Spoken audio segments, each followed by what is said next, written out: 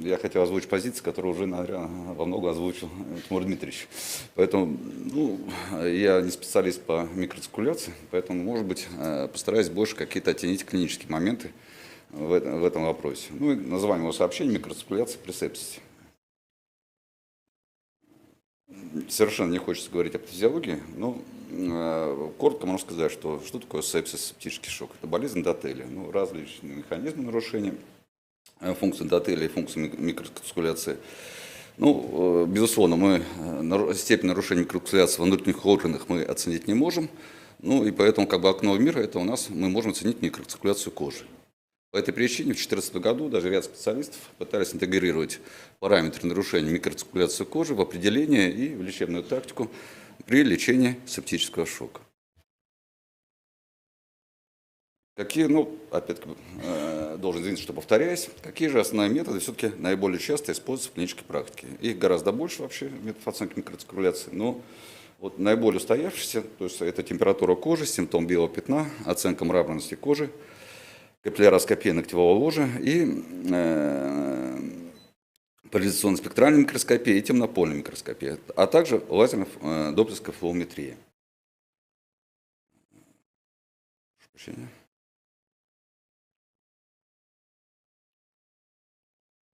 Уважаемые коллеги, помогите, пожалуйста, что-то у меня не работает.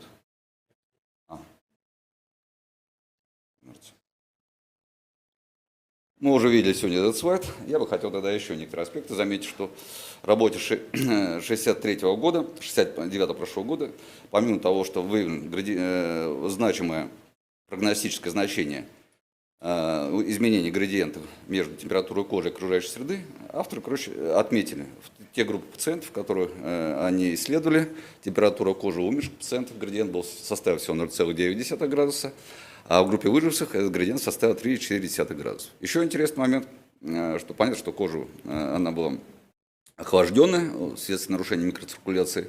И интересная динамика. У выживших пациентов терапия давала эффект, и потихонечку происходило изменение температуры кожи.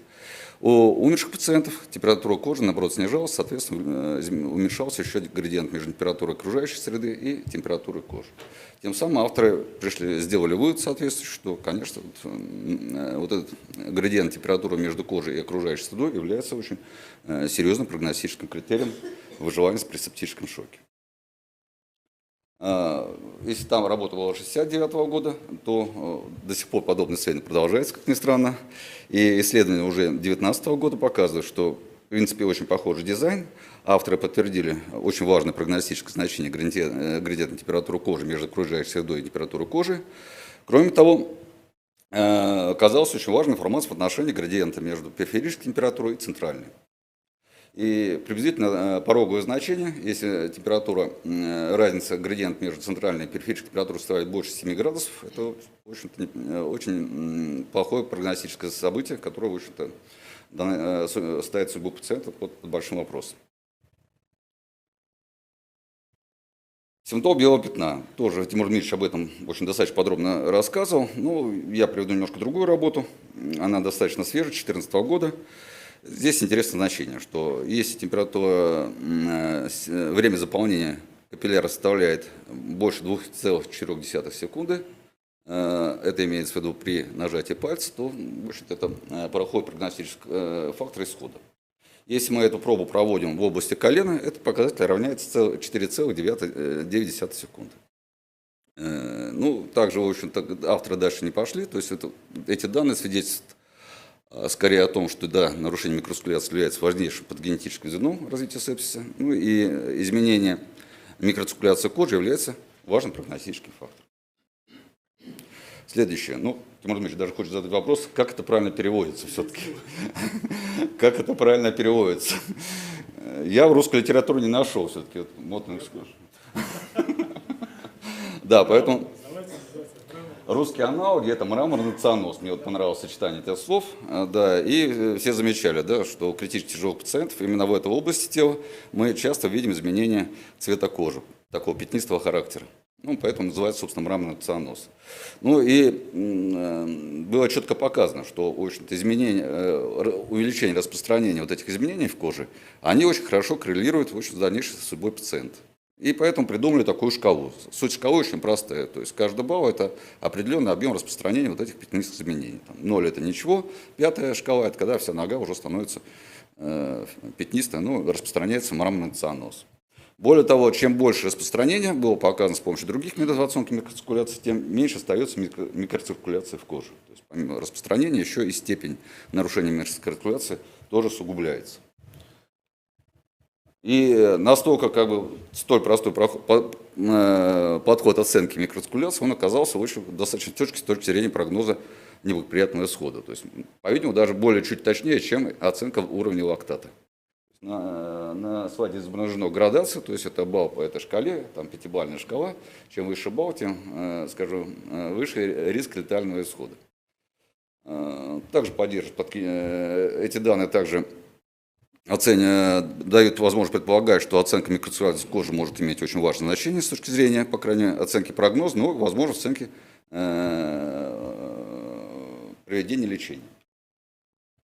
Кроме того, вот показатель вот этой шкалы оценки цианоза, она, в общем-то, еще по мере увеличения стадии, то есть авторы оценили, одновременно проводили еще аппликацию пробы с ацетилхолином, было выяснено, там уже, не знаю, что там третья, четвертая стадия, при прогрессировании этого состояния утрачивается регуляция кожных сосудов. То есть, если еще на ранних стадиях применения ацетилхолина вызывает увеличение кровотока в коже, то на уже четвертой-пятой степени этого ответа нет. То есть, по-видимому, уже изменение микроциркуляции носит необратимый характер. Ну, соответственно, в общем-то, ранняя диагностика нарушения микроциркуляции позволит нам предположить, что чем раньше мы начнем лечение, тем больше шансов на успешное выздоровление пациента.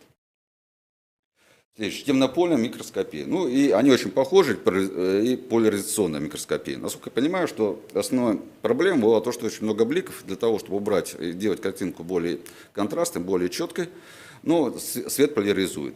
Тогда эритроциты становятся черные, мы видим хорошо сосуды, и можно таким образом оценивать качественно скорость кровотока и плотность капиллярной сети. Два метода очень похожи, спектральная и темнопольная, поэтому можно оценивать, рассказывать о них одновременно. Ну, в общем-то, уже на рубеже 20-21 века сформировался подход к оценке микроциркуляции, ну, в основном на экспериментальных данных. Выяснено, что при развитии сепсиса септического шока мы в основном наблюдаем такие нарушения микроциркуляции, как нарушение скорости кровотока, остановка кровотока в некоторых сосудах, повышенная неоднородность регионарной перфузии и низкая плотность перфузивных капилляров. На следующей слайде я поясню приблизительно, как это оценивается. То, о чем говорил Тимур Дмитриевич, к сожалению, это вот оценка полуколичественная. То есть, при сублевальной микроскопии, именно о ней говорю, как правило, об клиническом состоянии, именно эта область исследуется. Зоны, которую мы видим с помощью микроскопа, делятся на квадранты. И качественным методом, то есть такая градация, там есть кровоток, пульсирующий кровоток, нет кровотока, мы присуждаем в каждой зоне определенный балл. Потом суммируем все эти поля, высчитываем следующий коэффициент. Схожим способом мы также оценим еще и ненародность кровотока. Сравниваем кровоток разных квадратов и тоже выводим какой-то определенный коэффициент. И что же получили авторы уже в клинических исследованиях? В клинических исследованиях, что основным таким проявлением болезни является снижение скорости кровотока и повышение неоднородности кровотока в капиллярной сети. В данном случае достаточно небольшое измерение, 26 пациентов, но я привел только одно исследование, в общем, у других авторов похожие данные. В данном случае там было представлено снижение скорости. На этом слайде эта же работа представлена, что у выживших пациентов неоднородность кровотока существенно меньше. Ну, понятно, что кровоток становится в капиллярах не одновременно, поэтому сначала где-то больше, где-то меньше, и этот показатель растет при увеличении степени нарушения микроциркуляции. Ну и общий вывод был, не только по этой публикации, но вообще по подобному исследованию, что ранние показатели микроциркуляционной перфузии при тяжелом сепсисе и септическом шоке заметно хуже у умерших пациентов по сравнению с выжившими. Что еще интересно? Что вот в этой работе ее достоинство тем, что авторы проследили в динамике изменений микроциркуляции. Если же пациент, в общем-то, да, есть нарушение микроциркуляции и отвечал на терапию, то у него шансов было гораздо больше выжить, чем те пациенты, у которых ответа на терапию нет. Тех, которых, несмотря на стабилизацию макрогеномических параметров, восстановления микроперфузии не происходило. То есть это уже, по-видимому, нарушение микроциркуляции носили необратимый характер, ну, соответственно, вот, развивалась дальнейшая судьба таких больных.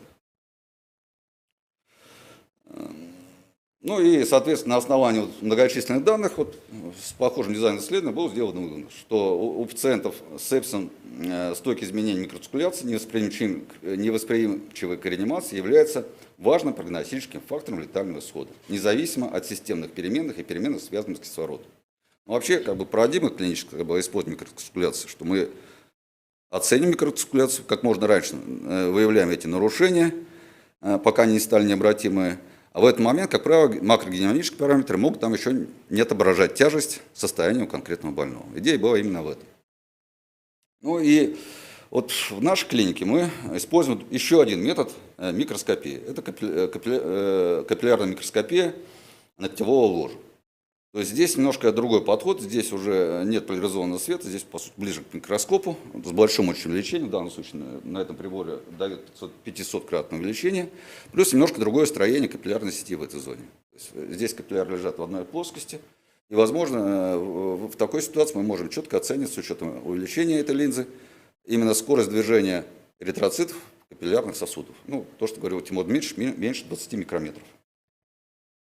Ну и какие же изменения мы выявили на сепсис? То есть это исследование мы проводили больных с COVID-19, ну и, как вы знаете, что непосредственно причиной смерти, как правило, является присоединение бактериальной инфекции. То есть мы оцениваем ситуацию до присоединения бактериальной инфекции и после. То есть по сравнению как бы, с пациентом с COVID-19, четким качественным изменением было очень по двум параметрам. Это изменялась толщина периваскулярной зоны, которая свидетельствует о состоянии проницаемости капиллярного русла.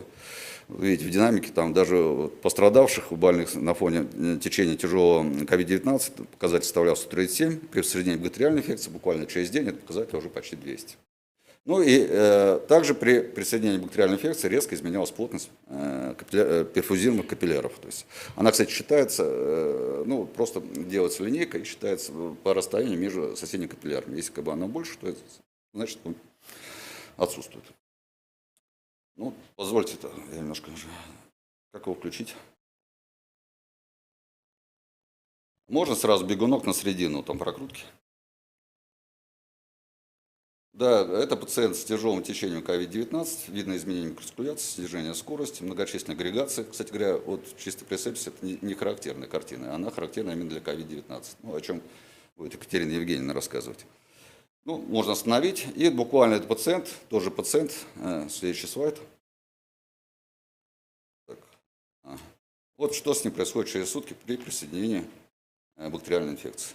Ну, невооруженным взглядом заметно меньше стала плотность капиллярной сети, окончательное снижение скорости кровотока, ну, по сути, уже близко к тому, что кровоток на периферии останавливается. Ну, судьба, к сожалению, этого пациента печальна, он погиб там, в ближайшие сутки. Еще один методом, который, ну, может быть, в клинической практике не так часто используется, но он очень дает ценную информацию, именно в отношении сохранения регуляции. Мы знаем, что утрата, то есть избыточная вазоконстрикция тоже является одним из подгенетических моментов нарушения микроциркуляции, важнейших моментов. И мы решили оценить, каким образом изменяется регуляция при сепсисе. Я уже приводил слайд в начале своего доклада, что было показано, что она, в принципе, нарушается. Ну, короткая интерпретация, что мы делаем окклюзионную пробу, раздуваем манжету на плече и оцениваем до и после. То есть после сразу как бы, оценка происходит после того, как манжета сдувается, и всплеск кровотока, а потом оценивается постгиперемический кровоток. Ну, в норме как бы этот всплеск достаточно большой, там больше 150%. Ну и, как правило, постгиперемический кровоток превышает исходный. Что мы видели у больных с присоединением бактериальной инфекции, у больных уже вот на фоне COVID-19. То есть у нас максимальный прирост, он минимальный, а постгиперемический кровоток еще оказался меньше, чем исходный. И вот эта проба выглядит как реактивная. Она четко свидетельствует то, что у нас регуляция микроциркуляции в данной конкретной ситуации утрачена. Причем, что интересно, получается, что именно присоединение бактериальной, даже у тяжелого течения ковид, то есть у них что-то там еще работало. Как только присоединяется бактериальная инфекция, регуляция полностью утрачивается. То есть, может даже, так, наверное, грубо скажу, что изменение микроциркуляции при бактериальном сепсисе более грубые, чем при COVID-19. Ну и как воздействовать на циркуляцию? Выхода особых терапевтических модальностей, к сожалению, у нас нет. Традиционно рассматривается наиболее очевидно две. Это адекватная инфузия как залог улучшения реологии, это трансфузия тромбоцитов. Ну и есть некоторые препараты, которые также оказывают эффект на бикоциркуляцию. Ну, в данном случае работа посвящена введению дотапамина. До конца непонятен его эффект, связан с изменением воздействия на регуляцию кровотока, но он опять-таки полностью не восстанавливает микроциркуляцию, в отличие от аппликации ацетилхолина. Ну, прошу прощения, у вас уже время. Да, буквально заканчиваю, уже просто покажу.